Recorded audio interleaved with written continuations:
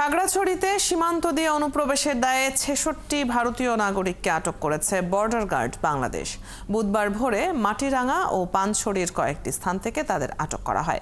জেলা প্রশাসন জানায়, মাটিরাঙ্গার তাইন্দং সীমান্ত দিয়ে অনুপ্রবেশ করে ১৫ জন, গোমতী ইউনিয়নের শান্তিপুর সীমান্ত দিয়ে ২৭ জন ও পানছড়ির লোগাং ইউনিয়নের রূপসেনপাড়া সীমান্ত দিয়ে ২৪ জন। এর মধ্যে শান্তিপুর সীমান্ত দিয়ে অনুপ্রবেশ করা ২৭ জন সেখানকার হাজিপাড়া আবুল মাস্টারের বাড়িতে অবস্থান করছিল। স্থানীয়দের মাধ্যমে খবর পাওয়ার পর বিজিবির একটি টহল দল তাদের আটক করে। এদিকে আটককৃতরা বলছে, তাদেরকে ভারতের গুজরাট থেকে ত্রিপুরায় নিয়ে আসে বিএসএফ সদস্যরা। পরে সেখান থেকে গভীর রাতে কাঁটাতারের বেড়া পার করে ছেড়ে দিয়ে যায় তারা।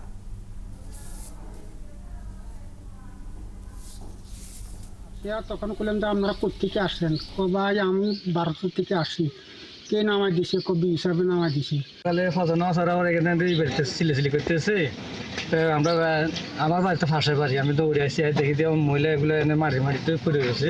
বিজিবি আসার পরে এদেরকে একটা হেডের দায়িত্বে নিয়ে গেছে, বলতেছে যে আরো ইন্ডিয়া নাকি আরো 17 গাড়ি স্টক করে রাখছে মুসলমান, এগুলো বাংলাদেশে পাচার করবে। কুড়িগ্রামের রৌমারী ও ভুরুঙ্গামারী সীমান্ত থেকে ৮ বাংলাদেশি সহ ৪৪ জনকে আটক করেছে বিজিবি। আটককৃতদের মধ্যে রৌমারী সীমান্ত থেকে ৩০ জন ও ভুরুঙ্গামারী সীমান্ত থেকে ১৪ জনকে আটক করা হয়। রৌমারী থানার ওসি লুৎফর রহমান জানান, বুধবার সকালে আটককৃতরা সীমান্ত এলাকার বিভিন্ন বাজারে ঘোরাঘুরির সময় তাদের কথাবার্তা সন্দেহজনক হলে স্থানীয়রা তাদের আটক করে। ধারণা করা হচ্ছে ভারত থেকে তাদেরকে বাংলাদেশে পুশ ইন করা হয়েছে। এদের মধ্যে ৮ জন বাংলাদেশি হলেও বাকি ৩৬ জন রোহিঙ্গা বলে ধারণা করা হচ্ছে। আটককৃতদের পরিচয় যাচাই করছে বিজিবি।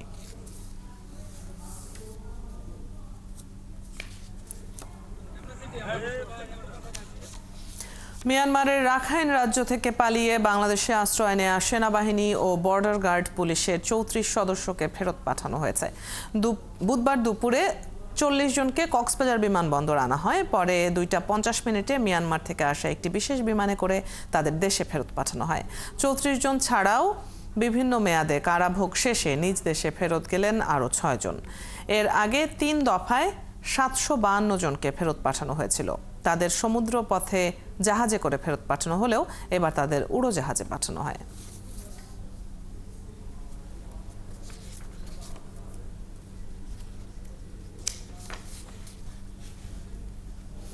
মাদারীপুরে শিরক আখ্যা দিয়ে একটি শতবর্ষী বট গাছ কেটে ফেলার ভিডিও সামাজিক যোগাযোগ মাধ্যমে ছড়িয়ে পড়ায় দেশ জুড়ে ব্যাপক সমালোচনার সৃষ্টি হয়েছে। এ নিয়ে ক্ষোভ প্রকাশ করেছে এলাকার মানুষ। এরই মধ্যে ঘটনাস্থল পরিদর্শন করেছেন প্রশাসনের কর্মকর্তারা। এদিকে গাছটি কাটার সাথে জড়িতরা গা ঢাকা দিয়েছে। তবে প্রশাসন জানিয়েছে, জড়িতদের বিরুদ্ধে ব্যবস্থা নেওয়া হবে। আরিফুর রহমানের তথ্য ছবিতে প্রতিবেদন। মাদারীপুর সদর উপজেলার শিরখারা ইউনিয়নে আলমমীরের কান্দি এলাকার আরিয়ালখা নদের পাশের এই বটগাছের বয়স ১০০ বছরেরও বেশি। এলাকার প্রবীণ মানুষেরা জানান, কেউ কেউ এখানে ধর্মীয় বিশ্বাসে মানত করতেন, তাই সোমবার শিরক আখ্যা দিয়ে কাটা হয় গাছটি। গাছটি দীর্ঘ এলাকা জুড়ে পরিধি বিস্তার করেছিল। এর মধ্যে এর ৭৫ ভাগ কাটা শেষ। গাছ কাটা শেষ হওয়ার আগেই এর ভিডিও ছড়িয়ে পড়ে সামাজিক যোগাযোগ মাধ্যমে। এলাকাবাসী জানান, গাছটি অলৌকিক মনে করতেন কিছু কিছু মানুষ, আর তাই মনের ইচ্ছে পূরণ করতে বটগাছের গোড়ায় মোমবাতি, আগরবাতি, নতুন গামছা, কাপড় ও মিষ্টি দিতেন। বিভিন্ন জায়গায় থেকে আসে, হয়তো আগরবাতি মোমবাতি জ্বালায়, একটু তুবারে এখানে দিয়ে যায়, এখানে আর কিছুই চলে না। এইটুকের জন্যই তারা এই গাছটারে, তারা কোন রাত্রে কাটছে নাকি সকালে কাটছে আমরা কেউ জানি না। এসে দিই গাছ কাটা। গাছটা কেন বেশি আমার একজনের স্বপ্নে দেখাইছে যে জায়গায় দিবা তোমরা, আবার ননদকে হাই জিনিস আমরা দেখতাম, দেখলাম আইসা বট গাছের কাছে খোবাখুবি করতে আছে। তা আমরা আর ভালো মন্দ কিছু বলি নাই, কে যে এটা মনের ভিতরে তো ই আছে যে কি করবো, কাজকর্ম নাই, আয়া কাটতেছে। এখানে কিছু কিছু লোক আছে, তাদের ইন্ধনে এই বট গাছটা কাটা হয়েছে। তারা বললো যে বট গাছে শিরক করে মানুষে। কিভাবে শিরক করে? এখানে পূজা দেয়, বাতি জ্বালায়। আসলে এটা আমরা দেখি নাই কেউ পূজা দিতে। এখানে কোনো হিন্দু বাড়ি নাই, সবই মুসলমান। গাছ কাটার ভিডিও চোখ এড়ায়নি বন বিভাগ ও উপজেলা প্রশাসনের কর্মকর্তাদের। দ্রুত তারা ঘটনাস্থল পরিদর্শন করেন এবং অভিযুক্তদের বিষয়ে তদন্ত করে প্রয়োজনীয় ব্যবস্থা নেওয়ার আশ্বাস দেন। তাদেরকে আমরা ডেকেছি যে কি তারা কেন এই কাজটা করলেন, কি বিষয়।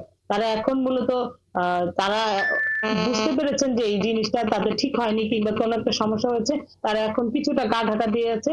তবে যারাই এই ধরনের অন্যায় কাজের সাথে কিংবা কোনো ধরনের অন্যায় কাজের সাথে জড়িত থাকবেন, আমরা তাদের বিরুদ্ধেই ব্যবস্থা। এলাকার লোকজন জানান গাছটির মালিক হান্নান হাওলাদার। তিনি মাত্র 1500 টাকায় এটি বিক্রি করেন, যদিও ঘটনার পর থেকে তাকে খুঁজে পাওয়া যাচ্ছে না। মনিরা কাজুরি, ৭১। চট্টগ্রামে কার্যালয় থেকে র্যাবের কর্মকর্তা পলাশ সাহার গুলিবিদ্ধ মৃতদেহ উদ্ধার হয়েছে। বুধবার দুপুরে নগরের চাঁদগাঁও ক্যাম্প থেকে তার মৃতদেহ উদ্ধার করে পুলিশ।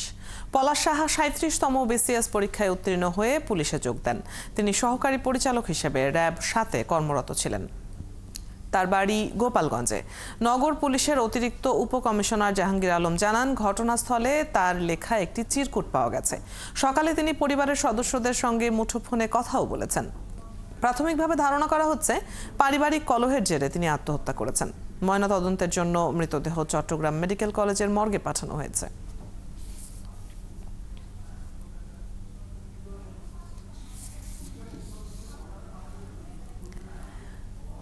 এই ঘটনার আরো খোঁজ খবর রাখছেন সহকর্মী প্রণবেশ চক্রবর্তী, আমাদের সাথে যুক্ত হচ্ছেন তিনি। প্রণবেশ, আত্মহত্যার কারণ কি নিশ্চিত হওয়া গেছে কিনা? উনি এই ক্যাম্পে কতদিন থেকে কর্মরত ছিলেন? চিরকুটে কোনো কারণ তিনি লিখে গেছেন কিনা, কি তথ্য পেলেন? র্যাব 7-এর চাঁদগাঁও ক্যাম্পে কর্মরত সিনিয়র সহকারী এএসপি, তিনি নাম হচ্ছে পলাশ সাহা। তার মৃতদেহ উদ্ধারের পর ময়নাতদন্তের জন্য চট্টগ্রাম মেডিকেল কলেজ হাসপাতালে নিয়ে আসা হয়েছিল। কিছুক্ষণ আগে এখানকার মর্গ থেকে তার মৃতদেহ র্যাব 7-এর যে কেন্দ্রীয় কার্যালয় রয়েছে সেখানে নিয়ে যাওয়া হয়েছে পতেঙ্গায়।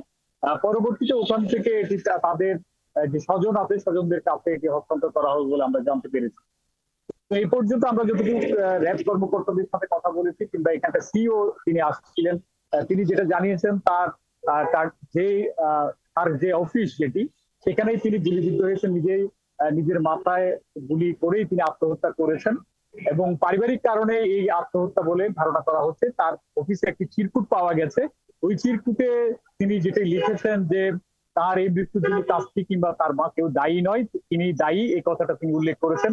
পাশাপাশি তার মৃত্যুর পর স্বর্ণের ভাগ পুরোটাই স্ত্রী পাবেন, এরকম করে তিনি তার চিরকুটে লিখে গেছেন এবং পরবর্তী পারিবারিক যে বিষয় বা অন্যান্য বিষয়গুলো তার বোন বা দিদি তিনি কোঅর্ডিনেট করবেন, এইরকম করে সে আছে তার চিঠিতে। সেখান থেকে প্রাথমিকভাবে ধারণা করা হচ্ছে পারিবারিক কোনো কারণে তিনি আত্মহত্যা করে থাকতে পারেন, এটি র্যাব কর্মকর্তাদের আশঙ্কা। তবে এখনো পর্যন্ত পুরো বিষয়টি খতিয়ে দেখা হচ্ছে এবং এটি গুরুত্ব সহকারেই এটি ইনভেস্টিগেশন হবে বলে র্যাব কর্মকর্তারা আমাদেরকে জানিয়েছেন। তো সর্বশেষ আমরা যেটা জানতে পারছি যে তিনি প্রায় 1 বছরের কম সময় ধরে তিনি এই র্যাবে চট্টগ্রামের এই যে চাঁদগাঁও যে অফিস সেখানে কর্মরত ছিলেন। এর আগে তিনি এসপিতে ছিলেন, তার বাড়ি গোপালগঞ্জের কোটালীপাড়া বলে আমরা জানতে পেরেছি। তবে তিনি ঢাকায় তার যে এনআইডি সেটিতে ঢাকার ওয়ারি বলে তার যে বর্তমান ঠিকানা সেটি উল্লেখ আছে। তবে তিনি তার স্থায়ী ঠিকানা হচ্ছে গোপালগঞ্জের কোটালীপাড়া। তো এখন পর্যন্ত সর্বশেষ হচ্ছে র্যাব 7-এর যে এখানে চট্টগ্রামের অফিস রয়েছে সেখানে তার মৃতদেহ নিয়ে যাওয়া হয়েছে।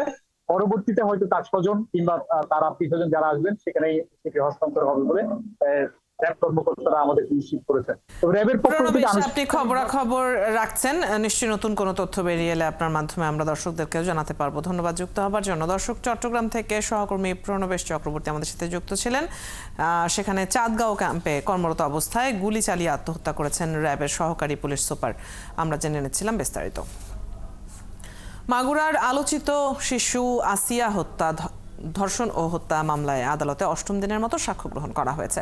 জেলা নারী ও শিশু নির্যাতন দমন ট্রাইব্যুনালের বিচারক এম জাহিদ হাসানের আদালতে 2 জন ডাক্তারের সাক্ষ্য নেওয়া হয়। সকালে নারী ও শিশু নির্যাতন দমন ট্রাইব্যুনাল আদালতে কড়া নিরাপত্তার মধ্যে আসামি হিটু শেখ, তার 2 ছেলে সজীব শেখ, রাতুল শেখ এবং স্ত্রী জাহেদা বেগমকে আনা হয়।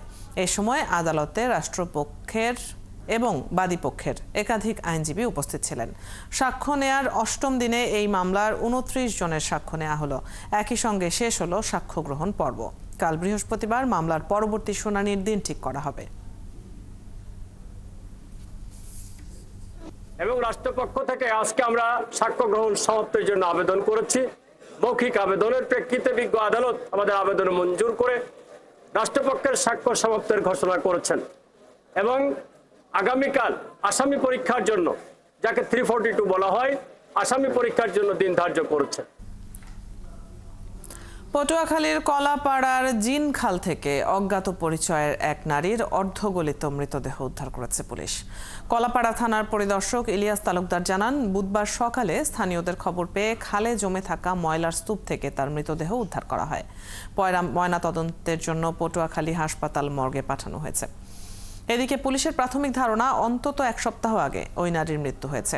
তবে কিভাবে মৃত্যু হয়েছে অথবা হত্যা করে ফেলে দেওয়া হয়েছে কিনা সেটি তদন্ত করা হচ্ছে।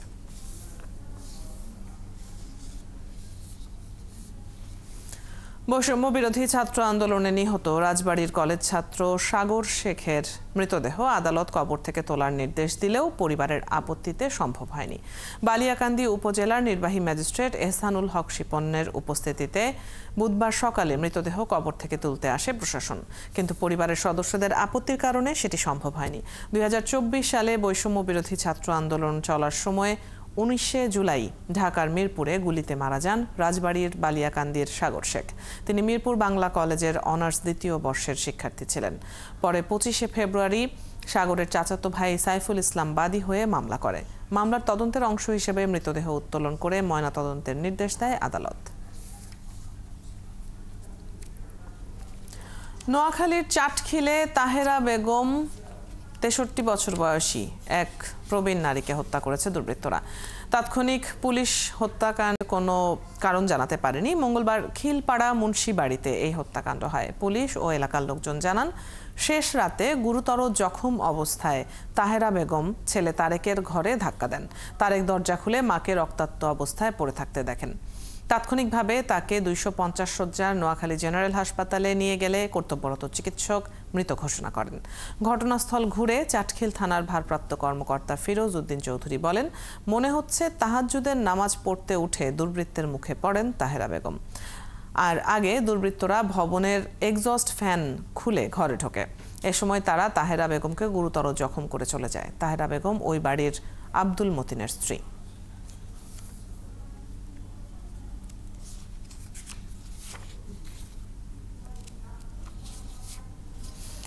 সুনামগঞ্জে মাতলামি করতে বাধা দেয় মাদকাসক্ত যুবকের হাতে নিহত হয়েছেন আল মোবিন নামের 55 বছরের এক ব্যক্তি। এই ঘটনার পর অভিযুক্ত যুবককে আটক করেছে পুলিশ। পুলিশ জানায়, বখাটের হৃদয় বণিক মাদকাসক্ত ছিল। নেশা করে এলাকায় প্রায়ই গালিগালাজ করত। মঙ্গলবার বিকেলে নতুন পাড়া এলাকায় গালিগালাজ করলে তাকে বাধা দেন মোবিন। এতে ক্ষিপ্ত হয়ে মোবিনকে ছুরিকাঘাত করে সে। দ্রুত তাকে উদ্ধার করে প্রথমে সদর হাসপাতালে নিয়ে গেলে চিকিৎসকরা সিলেট MAG ওসমানী হাসপাতালে পাঠায়। পথেই তিনি মারা যান। এদিকে এই ঘটনার পর হৃদয় নিজের ঘরে দরজা বন্ধ করে রাখে। এ সময় পুলিশ 2 ঘন্টা চেষ্টা চালিয়ে তাকে আটক করে। নেশাগ্রস্ত লোক যাই হোক, তাকে মারছে, কয়েকটা পিঠে কয়েকটা স্টেপ করছে। তাতে সে এই জায়গা থেকে তাকে মেডিকেল থেকে সিলেটে রেফার করা হয়েছে। সে জায়গায় মৃত্যুবরণ করছে। আমরা তাৎক্ষণিকভাবে ঘটনাস্থলে উপস্থিত হয়ে সে হৃদয় বণিককে গ্রেফতার করে থানায় নিয়ে গেছি। ধর্মীয় অনুভূতি বিবেচনা করে গণ অভ্যুত্থানে শহীদ শিক্ষার্থী শ্রাবণ গাজীর মরদেহ কবর থেকে উত্তোলন করতে দেয়নি পরিবার। পরে আপত্তির মুখে লাশ উত্তোলন না করেই ফিরে যান ম্যাজিস্ট্রেটের নেতৃত্বে আসা CID সদস্যরা। কবর থেকে লাশ উত্তোলনের জন্য ম্যাজিস্ট্রেসির দায়িত্ব দেওয়া হয়েছে। বিজ্ঞ সিনিয়র জুডিশিয়াল ম্যাজিস্ট্রেট আদালত থেকে আমি এই আদেশ পেয়েছি।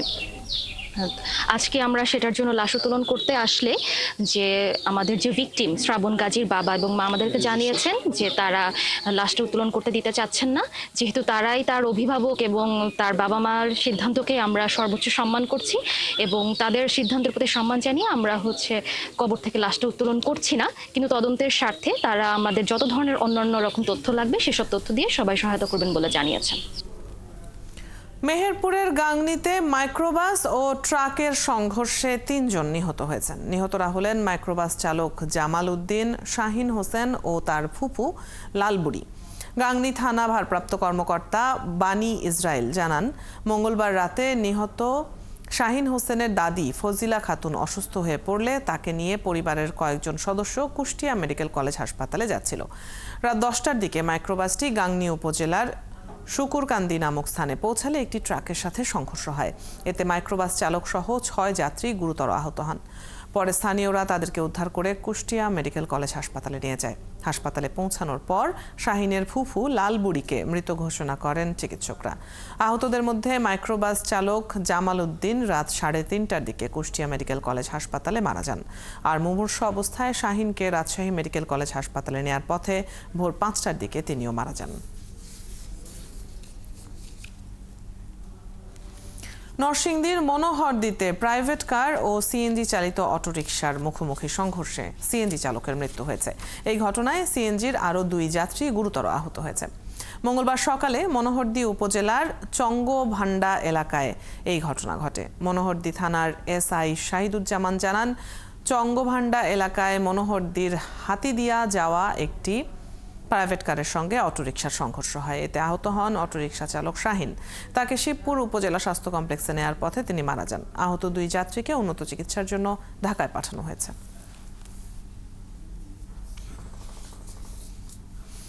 মুন্সিগঞ্জের শ্রীনগরে ঢাকা মাওয়া এক্সপ্রেসওয়েতে ছাদ উড়ে যাওয়ার পরও বেপরোয়া গতিতে বাস চালিয়ে যাওয়া চালককে গ্রেপ্তার করেছে র্যাব। বুধবার দুপুরে এক সংবাদ সম্মেলনে র্যাব 10-এর সহকারী পরিচালক শামীম হাসান সর্দার জানান, মঙ্গলবার রাতে দক্ষিণ কেরানীগঞ্জ এলাকার ধলেশ্বরী টোল প্লাজা থেকে বাস চালক শহীদুল শেখকে গ্রেপ্তার করা হয়। শহীদুল গোপালগঞ্জ জেলার মোকসেদপুর এলাকার বাসিন্দা। এর আগে গত 17 এপ্রিল রাতে 60 জন যাত্রী নিয়ে ঢাকার সায়েদাবাদ থেকে ছেড়ে আসে বরিশাল এক্সপ্রেসের বাসটি। পরে এক্সপ্রেসওয়ের সমসপুর এলাকায় এলে আরেকটি বাসের সাথে সংঘর্ষ হলে বাসটির ছাদ উড়ে যায়। এরপরেও যাত্রীদের জীবনের ঝুঁকি নিয়ে গতি আরও বাড়িয়ে কুমারভোগ এলাকায় বাসটি রেখে পালিয়ে যায় চালক শহীদুল। এই ঘটনায় হাসাড়া হাইওয়ে থানায় সড়ক পরিবহন আইনে মামলা করেন পুলিশের উপপরিদর্শক আতিউর রহমান।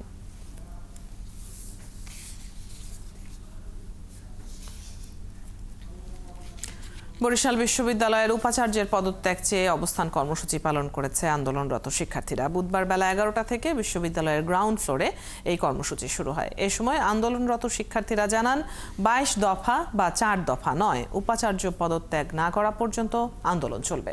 দাবি মানা না হলে দক্ষিণাঞ্চল অচল করে লাগাতার কর্মসূচির ঘোষণাও দিয়েছেন শিক্ষার্থীরা। এর আগে উপাচার্যের পদত্যাগের দাবিতে মঙ্গলবার সব প্রশাসনিক দপ্তরে তালা ঝুলিয়েছিল আন্দোলনরত শিক্ষার্থীরা।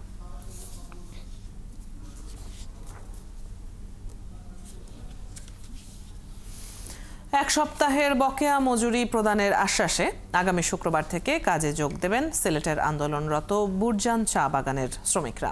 দুপুরে সিলেটের জেলা প্রশাসক কার্যালয়ে চা বোর্ড চেয়ারম্যানের সাথে মতবিনিময় সভা শেষে এই ঘোষণা দেন শ্রমিকরা। এর আগে সকাল থেকে দুপুর পর্যন্ত চা বোর্ড চেয়ারম্যান প্রশাসনের ঊর্ধ্বতন কর্মকর্তাদের সাথে সভা করেন শ্রমিকরা। সভা শেষে টি বোর্ড চেয়ারম্যান জানান, বকেয়া 5 সপ্তাহের মধ্যে 1 সপ্তাহের মজুরি বৃহস্পতিবার দেয়া হবে। পাশাপাশি জেলা প্রশাসনের পক্ষ থেকে শ্রমিকদের 10 কেজি চাল অনুদান দেয়া হবে। কোরবানির ঈদে পশুর চামড়ার ন্যায্য মূল্য নিশ্চিত করতে প্রধান উপদেষ্টার উচ্চ পর্যায়ের কমিটি গঠনের ঘোষণা দেয়ায় স্বস্তি ফিরেছে ব্যবসায়ীদের। তারা বলছেন, কারসাজি এড়িয়ে সরকার নির্ধারিত দামে ট্যানারি মালিকেরা চামড়া কিনলে রেকর্ড পরিমাণ চামড়া সংরক্ষণ করা সম্ভব। একই সাথে ট্যানারি মালিকদের সাথে থাকা বকেয়া পাওনা শোধের পাশাপাশি ঋণ সুবিধার কথা বলছেন আড়তদাররা। জহিরুল ইসলামের ক্যামেরায় সাইফুল ইসলাম শিল্পীর তথ্য ছবিতে প্রতিবেদন। ট্যানারি মালিকদের কাছ থেকে টাকা বকেয়া পাওনা সহ নানান কারণে চট্টগ্রামে আড়তদারের সংখ্যা কমে গেছে। আগে প্রায় 250 জন আড়তদার চামড়া সংগ্রহ করতেন। 2021 সাল থেকে চট্টগ্রামের চামড়া ব্যবসায়ীরা কোরবানির পশুর চামড়া সংগ্রহের ক্ষেত্রে বড় ধরনের বিপর্যয়ে পড়ে। কোরবানির দিন ঘন্টার পর ঘন্টা অপেক্ষা করেও চামড়া বিক্রি করতে না পেরে রাস্তায় নষ্ট হয়েছিল হাজার হাজার পিস চামড়া। এমনকি গত বছরেও কিছু চামড়া নষ্ট হয়েছিল। এই অবস্থায় চামড়ার ন্যায্য মূল্য নিশ্চিতে কমিটি গঠনের নির্দেশ দিয়েছেন প্রধান উপদেষ্টা ডক্টর মোহাম্মদ ইউনূস। আর তাতেই স্বস্তি ফিরেছে ব্যবসায়ীদের মধ্যে। আমাদের যে টার্গেটগুলো থাকে 2000, 4000, 3000 এরকম প্রত্যেক আড়তদার কাছে, ওগুলো টার্গেট যদি পূরণ হয়ে যায় ওরা তো দাম ধরে বসে থাকে। সরকারের কাঁচা রেট দিছে কিন্তু লবণগুলো যুক্ত করে না এখানে, লেবার খরচ যুক্ত করে না এখানে। সরকারি নির্ধারিত দাম থেকে আমাদেরকে দাম কমায় ফেলে এখানে এসে আবার আমরা কাঁচার মধ্যে কোনো একটা মালও বাদ কিনতে পারি না। ওরা আমাদেরকে 30%, 40% পর্যন্ত বাদ দেয়। ব্যবসায়ীদের অভিযোগ, প্রতি বছরই সরকার কোরবানির আগে দর নির্ধারণ করে দিলেও ট্যানারি মালিকেরা তা নিয়ে কারসাজি করেন। এমনকি মাঠ পর্যায় থেকে বাকিদের চামড়া কিনে বছরের পর বছর সে টাকা দেন না। আমরা চামড়া কিনার পরও দিই 25-30% বাদ দিব। তো 25-30% বাদ দিলে তো চামড়ায় যে পত্তা বাড়ি গেল না, আবার লবণ খরচ আছে, এক চামড়ার অনুযায়ী 200 টাকা লবণ খরচ আছে। তো খরচা মিলেই ট্যানারিওয়ালারা আমাদেরকে যে দাম রেট দিয়ে সেই দামে চামড়া কিনে না, এটা কম বলে। তা কম বলে বা লাভ লস আমরা বিক্রি করি, বিক্রি করার পরও দিয়েও আমরা টাকাগুলো সঠিকভাবে পাই না। আড়তদাররা আরও জানান, সাধারণত কোরবানি গ্রীষ্ম মৌসুমে হওয়ায় তীব্র গরমে চামড়া নষ্ট হওয়ার শঙ্কা থাকে। তাই বেশি দর পাওয়ার আশায় দীর্ঘক্ষণ চামড়া ফেলে না রেখে সংরক্ষণের ব্যবস্থা করার পরামর্শ দেন তারা। আমাদের খরচা বাদসহ 400 টাকার উপরে পড়ে। সরকারের যে দামটা নির্ধারণ করবে ওই দামটার উপরে ভিত্তি করে চামড়া করে কিনে আনবেন, এখানে তাড়াতাড়ি বিক্রি করে দেবেন, না হলে দেরি হলে চামড়া ফসল জিনিস চামড়া নষ্ট হবে। দেশে পশুর চামড়া যে চাহিদা তার 80 থেকে 90% পূরণ হয় কোরবানির ঈদে। চামড়া সংগ্রহের এই মৌসুমে চট্টগ্রাম নগরীর মুরাদপুর থেকে অক্সিজেন, তুরাগ আতুরার ডিপো এলাকার ছোট বড় 250 আড়তে 3 লাখ পশুর চামড়া সংরক্ষণের সক্ষমতা রয়েছে। শাকিলা শম্পা, 71। দর্শক, এই মুহূর্তে সাংবাদিকদের সাথে কথা বলছেন জ্বালানি উপদেষ্টা। আমরা সরাসরি শুনে নেব তার বক্তব্য। যে আমরা 3টা গ্যাস ক্ষেত্রে কাজ করে আমরা 27 MMCFD নতুন গ্যাস পেয়েছি এবং এগুলো কিন্তু পাইপলাইনে এসে গেছে।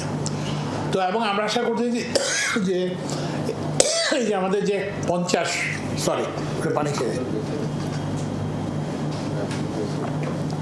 আমরা যে 50টা যে কূপ করতেছি, এগুলো যদি সাকসেসফুল হয় তাহলে আমরা আরও 500 MMCFD এখান থেকে আনতে পারবো এবং 100 এই পরের বছর 100 MMCFD 100 কূপ খনন করতে পারলে আমরা আরও এখন। এছাড়াও আমরা ইয়েতে কি বলে যে ভোলাতে নতুন করে সাইসমিক সার্ভে এবং ড্রিলিং করা হচ্ছে। আমরা রিগ কিনতেছি, রিগের প্রপোজালটা কি অ্যাপ্রুভড হয়েছে এবং এটা ওই যে অ্যাপ্রুভড হয়েছে, কারণ আমাদের এখন যে রিগগুলো আছে সেগুলো গভীরে যায় না, তো আমরা একটা ডিপ যে রিগ সেটা আমরা কিনতেছি। তো সুতরাং প্লিজ আন্ডারস্ট্যান্ড দ্যাট আমরা বিবিএনআর পরিস্থিতি সম্পর্কে সচেতন এবং এই বিবিএনআর পরিস্থিতি যদি না হয়, এই যে এখন যেটা বললাম যে এটা একটা ভেরি শর্ট টার্ম মেজার, কিন্তু আমাদের ওই যে লং টার্ম পরিকল্পনা। এরপরে আপনার প্রশ্নের যে দ্বিতীয় প্রশ্নটা হচ্ছে সেটা হচ্ছে যে অর্থের সংস্থান। আপনার এই কথাটা ঠিক যে আমাদের তো একটা ঘাটতি হবে 11,000 কোটি টাকার মতো এটা আনার ফলে। তো এখন কিন্তু এই যে যেটা শিল্পের যে উৎপাদন যে যদি ব্যাহত হয় সেটার দাম তো আরও অনেক বেশি। তো সুতরাং এই জন্য আমরা একটা ব্যালেন্স করে এটা আমরা চেষ্টা করব যে যাতে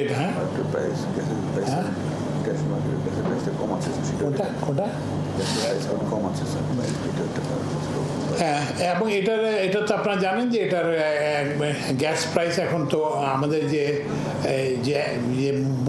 যে মূল্যে আমরা নতুন মূল্যে গ্যাস আনি সে তুলনায় গ্যাসের প্রাইস অনেক কম, কিন্তু তবুও আমরা আপাতত গ্যাসের কোনো মূল্য বৃদ্ধির সিদ্ধান্ত নিচ্ছি না কিংবা বিদ্যুতের কোনো মূল্য বৃদ্ধির সিদ্ধান্ত নিচ্ছি না। এটা জনস্বার্থ বিবেচনা করে, শিল্পের স্বার্থ বিবেচনা করে।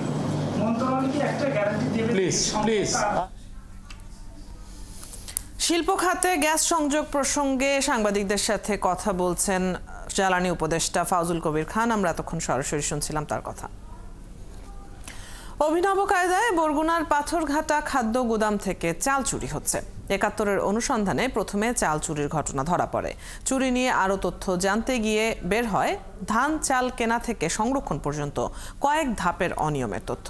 এর আগে উপকূলের বহু জেলে সাংবাদিকদের কাছে অভিযোগ করেছিলেন, সরকারি প্রণোদনার যে চাল তারা পান তা সবসময় ওজনে কম থাকে। সহকর্মী ইমরান টিটুর অনুসন্ধানী প্রতিবেদন।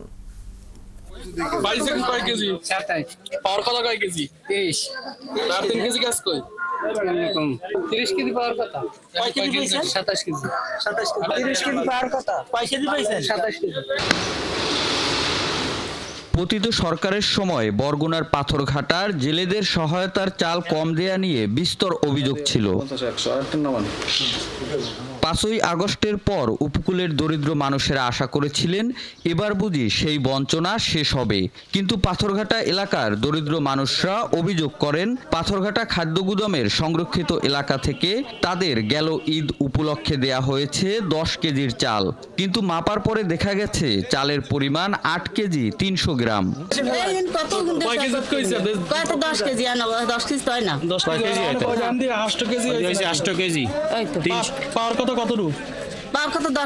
সাধারণত চাল চুরির দায়ভার উঠত জনপ্রতিনিধিদের কাঁধে, কিন্তু এবার দায়িত্বে ছিলেন প্রশাসনিক কর্মকর্তারা। তাহলে কেন তারা চাল কম পাবেন? এই প্রশ্নের উত্তর খুঁজতে অনুসন্ধান চালায় একাত্তর। পাথরঘাটা উপজেলা খাদ্য গুদামের নথি বলছে চলতি অর্থ বছরে পাথরঘাটার মোশাররফ খান রাইস মিল থেকে 131 মেট্রিক টন আমন চাল কেনে খাদ্য গুদাম কর্তৃপক্ষ। 3 কিস্তিতে খাদ্য গুদামে চাল পাঠায় মিল কর্তৃপক্ষ। চাল গুদামজাত করার সময় হঠাৎ করেই পাথরঘাটা খাদ্য গুদামে গিয়ে দেখা যায় গুদামের ভারপ্রাপ্ত কর্মকর্তা অঞ্জন ডাকুয়ার উপস্থিতিতে অভিনব পদ্ধতিতে প্রতি বস্তা থেকে চাল বের করে নেওয়া হচ্ছে। সঙ্গে সঙ্গে সাজিয়ে রাখা বস্তা মেপে দেখা যায় 50 কেজি চালের বস্তার ওজন যেখানে বস্তার ওজন সহ থাকার কথা 50 কেজি 700 গ্রাম, সেখানে আছে 49 কেজির কম। একইভাবে 30 কেজির বস্তার ওজনও ছিল 28 কেজির কিছু বেশি। পরে নথি ঘেটে দেখা যায় অনিয়ম হয়েছে চাল কেনার সময়ও। নীতিমালা অনুযায়ী কেনা চালের প্রতিটি বস্তায় উৎপাদনের তারিখ সহ মিলের সিল থাকা বাধ্যতামূলক, কিন্তু বেশিরভাগ বস্তায় সেই নিয়মের গরমিল দেখা যায়। পরে ওই গুদামে আরও দেখা যায় শুধু কেনা চাল নয়, বিদেশ থেকে আসা চাল গুদামে সংরক্ষণের সময়ও বস্তা খুলে চাল বের করে নতুন বস্তা তৈরি হচ্ছে। তবে সেখানে কর্মরত শ্রমিকরা জানান বস্তা ফেটে যাওয়ায় মেরামত করছেন তারা। ওই যে বস্তাগুলো ছেড়ছে বাস্টিং হয়েছে, ওই যে সেরা বস্তা সেলাই করছে, ঠিক আছে, এই দেখেন সেরা বস্তা, ওই যে এই চেরসেনারগুলো মাল ডাল দিয়ে প্যাকেট করতেছে। এত অনিয়ম নিয়ে কথা বলতে চাইলে ক্যামেরার সামনে কোনো কথা না বলে প্রতিবেদককে ঘুষ দেওয়ার চেষ্টা করেন গুদামের ভারপ্রাপ্ত কর্মকর্তা অঞ্জন ডাকুয়া। এ সময় বারবার তিনি প্রতিবেদন না করার অনুরোধ করছিলেন।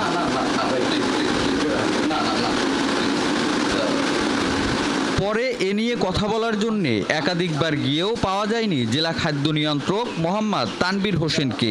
তবে মুঠোফোনে তিনি জানান চাল চুরির বিষয়টি জানার পরে দায়িত্বরত কর্মকর্তাকে বকে দিয়েছেন। এরই মধ্যে ক্ষমাও চেয়েছেন অঞ্জন।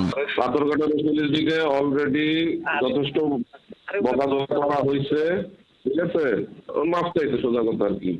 এ নিয়ে ধান চাল ক্রয় কমিটির সভাপতি ও পাথরঘাটা উপজেলা নির্বাহী কর্মকর্তা জানান গুদামের কর্মকর্তার এমন কর্মকাণ্ড তাদের জন্য খুবই বিব্রতকর। যেহেতু ভিডিও ফুটেজ এসেছে এবং ডিসিআরের নির্দেশও দিয়েছে, এটা হলো পরিদর্শন করে তদন্ত করে এটার প্রতিবেদন প্রেরণ করার জন্য। তো আমরা এটা খুব দ্রুতই আজকে যেহেতু ইতিমধ্যে ভিজিটও করেছি, তো এটা আরও একটু ভিডিও ফুটেজ এগুলো একটু দেখে বিস্তারিত তথ্য সহ ঊর্ধ্বতন কর্তৃপক্ষের নিকটে প্রেরণ করব। এদিকে এই ঘটনায় ক্যামেরার সামনে কথা বলতে রাজি না হলেও ভিডিও দেখে প্রাথমিকভাবে চুরি নিশ্চিত করেছেন বরিশাল আঞ্চলিক খাদ্য নিয়ন্ত্রক কার্যালয়ের প্রধান সহকারী। তিনি আরো জানান এ নিয়ে তদন্ত চলছে, শিগগিরই ব্যবস্থা নেওয়া হবে।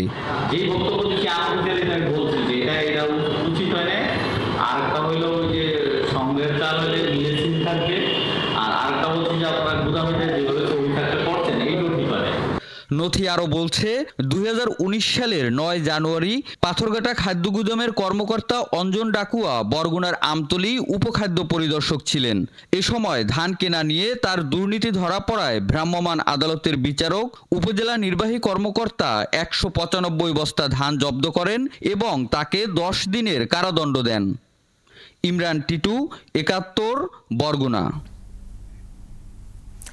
চলতি বোরো মৌসুমে গাইবান্ধার বিভিন্ন স্থানে আধা পাকা বোরো ধানে ব্লাস্ট ও ছত্রাক রোগ দেখা দিয়েছে। এতে জমির ধান শুকিয়ে চিটা হওয়ায় দিশেহারা হয়ে পড়েছেন কৃষক। খরচের অর্ধেক টাকা আসবে কিনা তা নিয়ে তৈরি হয়েছে শঙ্কা। তবে কৃষি বিভাগ বলছে কৃষকদের নিয়মিত পরামর্শ দিচ্ছেন তারা। শামীম আল শাম্মুর তথ্য ছবিতে প্রতিবেদন। গাইবান্ধা সদর উপজেলার কুপতলা ইউনিয়নের কৃষক মেজা মিয়া ধার দেনা করে ৫ বিঘা জমিতে করেছেন ইরিবোরো ধান চাষ।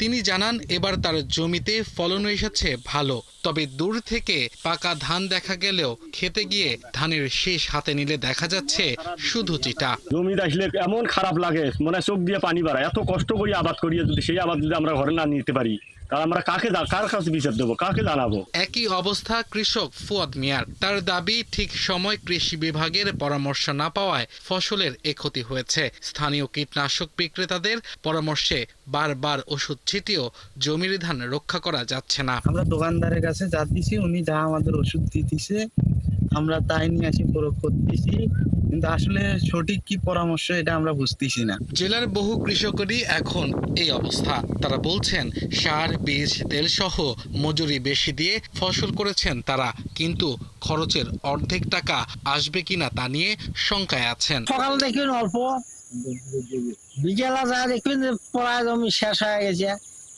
তাহলে এত টাকা পয়সা খরচ করিয়ে আবাদ করিয়ে কি লাভ হবে? এখন আমার হওয়া আবাদ নষ্ট হয়ে যা দিচ্ছি, এখন ওই আবাদ না আরে খামো কি বছর কি খাদ্য। কারেন্ট পোকাটা কি জিনিস সেটা আমরা বুঝি না, এটা তো বিএসএরাও আসতেছে না, খোঁজ খবর নিচ্ছে না।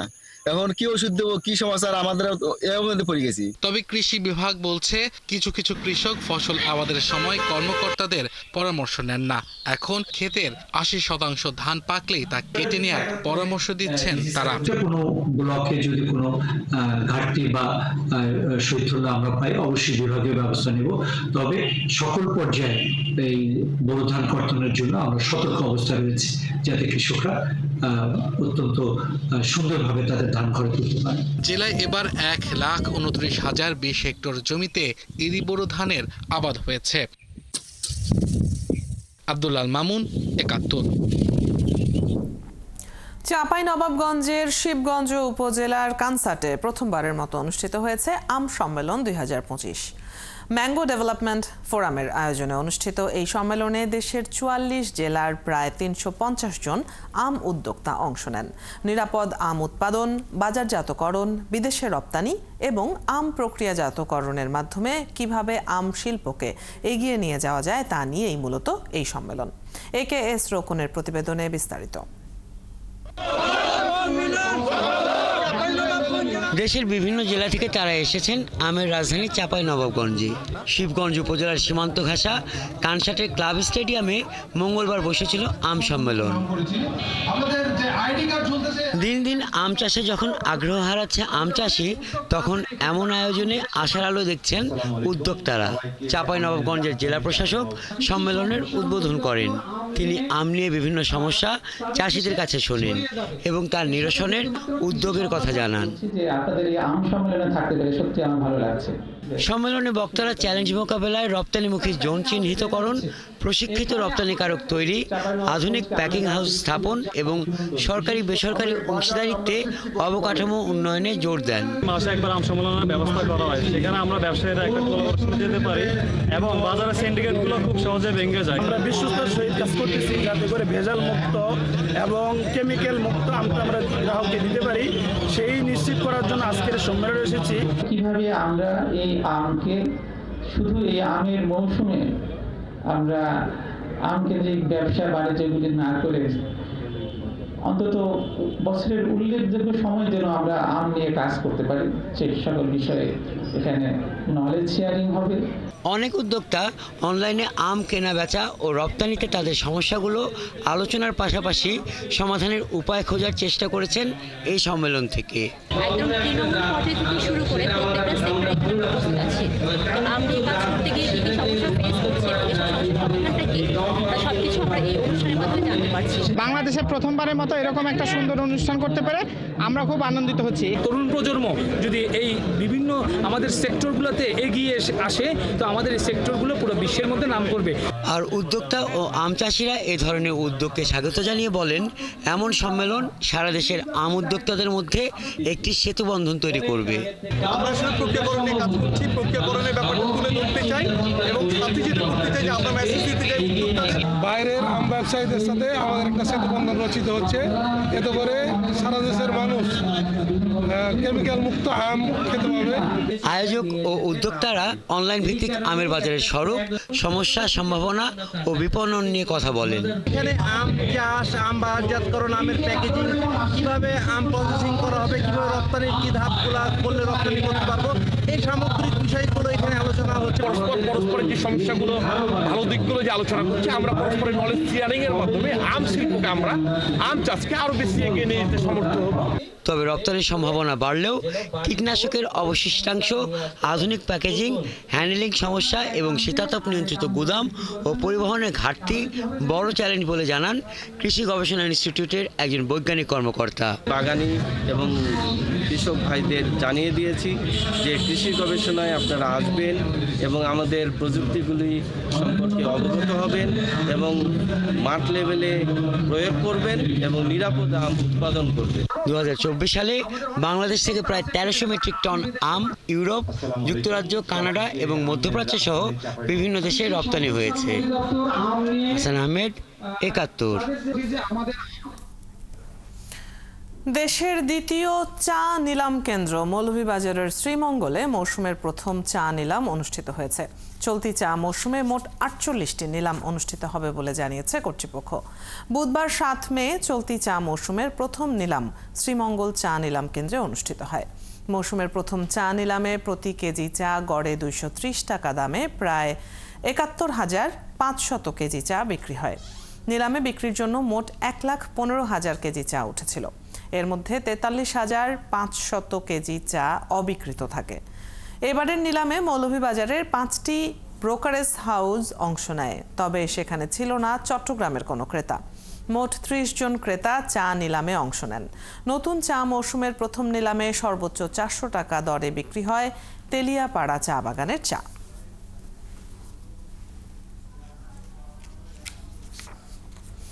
শিল্প কারখানা ও বাসাবাড়ির বর্জ্যে নষ্ট হয়ে গেছে সাভারের তেঁতুলঝোড়া এলাকার ড্রেনেজ ব্যবস্থা, যে কারণে প্রায় সারা বছর পানির নিচে থাকে এলাকার বেশিরভাগ সড়ক। এই অবস্থায় ডোবা সড়কে চলাচল করতে বাধ্য হচ্ছেন পোশাক কারখানার শ্রমিক, স্কুল কলেজের শিক্ষার্থী সহ এলাকার লোকজন। এইভাবে এলাকায় বাড়ছে মশার উপদ্রব। এলজিইডির কর্মকর্তারা বলছেন দ্রুত ড্রেনগুলো সংস্কার করা হবে। রায়ান বিন আমিনের তথ্য ও ছবিতে প্রতিবেদন। এটি কোনো খাল বা নালা নয়, সাভারের তেঁতুলঝোড়া ইউনিয়নের ফুলবাড়িয়া বাজার রোড। শিল্পাঞ্চল অধ্যুষিত এই এলাকায় গত 5 বছরেরও বেশি সময় ধরে এমন অবস্থা।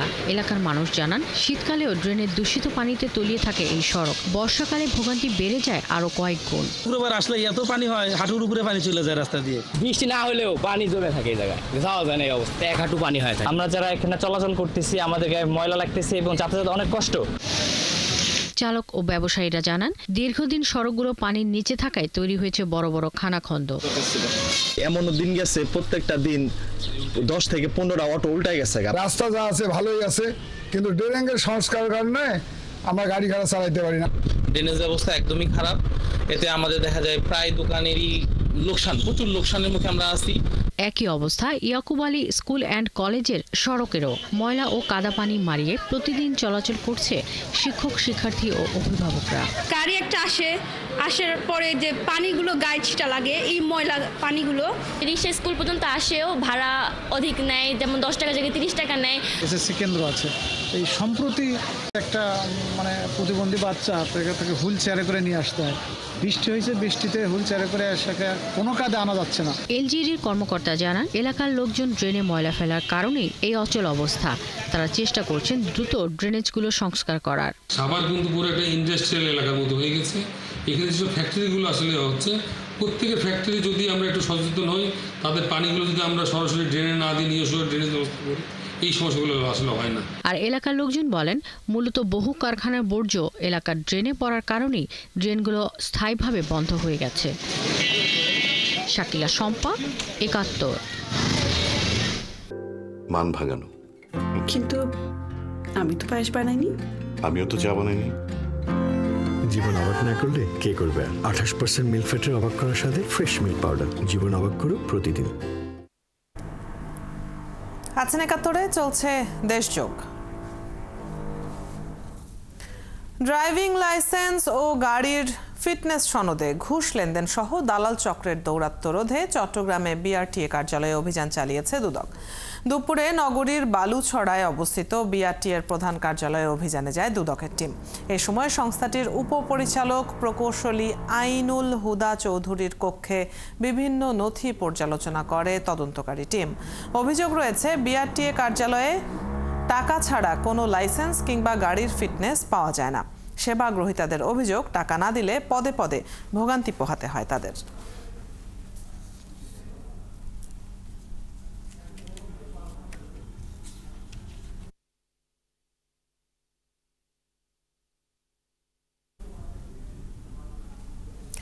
নানা অনিয়মের অভিযোগে বাংলাদেশ রোড ট্রান্সপোর্ট অথরিটি বিআরটিএর রাঙামাটি কার্যালয়ে অভিযান চালিয়েছে দুর্নীতি দমন কমিশন দুদক। বিভিন্ন অনিয়ম ও সেবা দিতে অতিরিক্ত অর্থ নেয়ার অভিযোগে বুধবার দুপুরে অভিযান চালায় রাঙামাটির সমন্বিত জেলা কার্যালয়ের দুদকের সহকারী পরিচালক আহমেদ ফরহাদ হোসেন সহ ৩ সদস্যের একটি টিম। অভিযানে অভিযোগের প্রাথমিক সত্যতা পাওয়া গেছে বলেও জানিয়েছেন তিনি। এছাড়া বিআরটিএর বিভিন্ন নথি পর্যালোচনা করা হচ্ছে। সংগৃহীত রেকর্ডপত্র যাচাই করে কমিশন বরাবর পূর্ণাঙ্গ প্রতিবেদন দাখিল করা হবে। জনগণের সেবা নিশ্চিতে এমন অভিযান নিয়মিত চলমান থাকবে বলেও জানিয়েছেন তিনি। বিভিন্ন হয়রানির শিকার হয়েছে মর্মে আমাদের 106-এ ফোন করছে। অভিযোগের প্রেক্ষিতে আমরা আজকে অভিযানে আসছি। এখানে আসছি গত 2 মাসের আমরা এটা যাচাই করছি তথ্য। 43টা ফিটনেসের এবং মার্চে 70টা ফিটনেস করছে। আমরা র্যান্ডম বেসিসে ওদেরকে ফোন করছি। কেউ স্বীকার করেছে কিছু টাকা অতিরিক্ত নিছে, আর কেউ স্বীকার করে না। তবুও আমরা এটা বিস্তারিতভাবে আমরা আরও রেকর্ডপত্র যাচাই করে এটা আমরা প্রতিবেদন। ঝালকাঠিতেও বিআরটিএর কার্যালয়ে অভিযান চালিয়েছে দুদক। বুধবার দুপুরে বিআরটিএর কার্যালয়ে এই অভিযান চালায় পিরোজপুর সমন্বিত কার্যালয়ের সহকারী পরিচালক আরিফ হোসেনের একটি দল। যদিও অভিযানের সময় এই কার্যালয়ের সহকারী পরিচালক SM মাহফুজুর রহমান অফিসে ছিলেন না। এদিকে অভিযানে বিভিন্ন নথিপত্র তল্লাশি করে কিছু অসঙ্গতি পেয়েছেন দুদক কর্মকর্তারা। প্রস্তুতকৃত লাইসেন্স 3 দিনের মধ্যে প্রদানের নির্দেশ দেওয়া হয়েছে। অন্যথায় এই কার্যালয়ের কর্মচারীদের বিরুদ্ধে ব্যবস্থা গ্রহণ করা হবে বলেও জানান তিনি।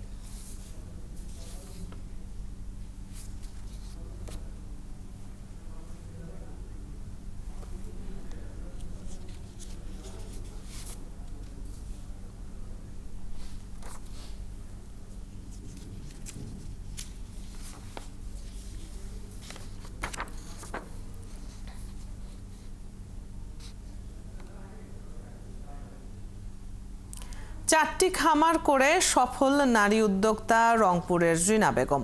এসব খামার থেকে প্রতি মাসে তিনি আয় করছেন প্রায় 2.5 থেকে 3 লাখ টাকা। সৃষ্টি করেছেন বহু কর্মসংস্থান। প্রাণী সম্পদ কর্মকর্তারা বলছেন, রিনা বেগমের খামার আরও বড় করতে সরকারি প্রণোদনা সহ নানা সহযোগিতা করছেন তারা। শাহবায়াজিদ আহমেদের প্রতিবেদন। প্রতিদিন প্রায় 300 হাঁসের বাচ্চার মুখে নিজে খাবার দিচ্ছেন রিনা বেগম। যত্ন করেন মা হাঁসগুলোরও। রিনা বেগমের খামারে এখন হাঁসের সংখ্যা 400। হাঁসের পাশাপাশি রিনা বেগমের রয়েছে গরু, ছাগল ও কবুতরের খামার।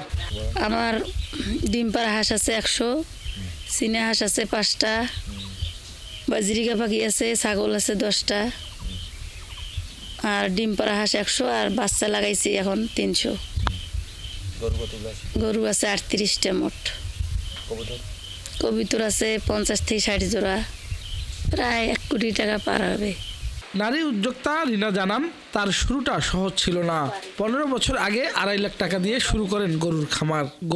গরুর দুধ বিক্রি করে সফলতা পাওয়ায় শুরু করেন ছাগল, হাঁস, মুরগি ও কবুতর পালন।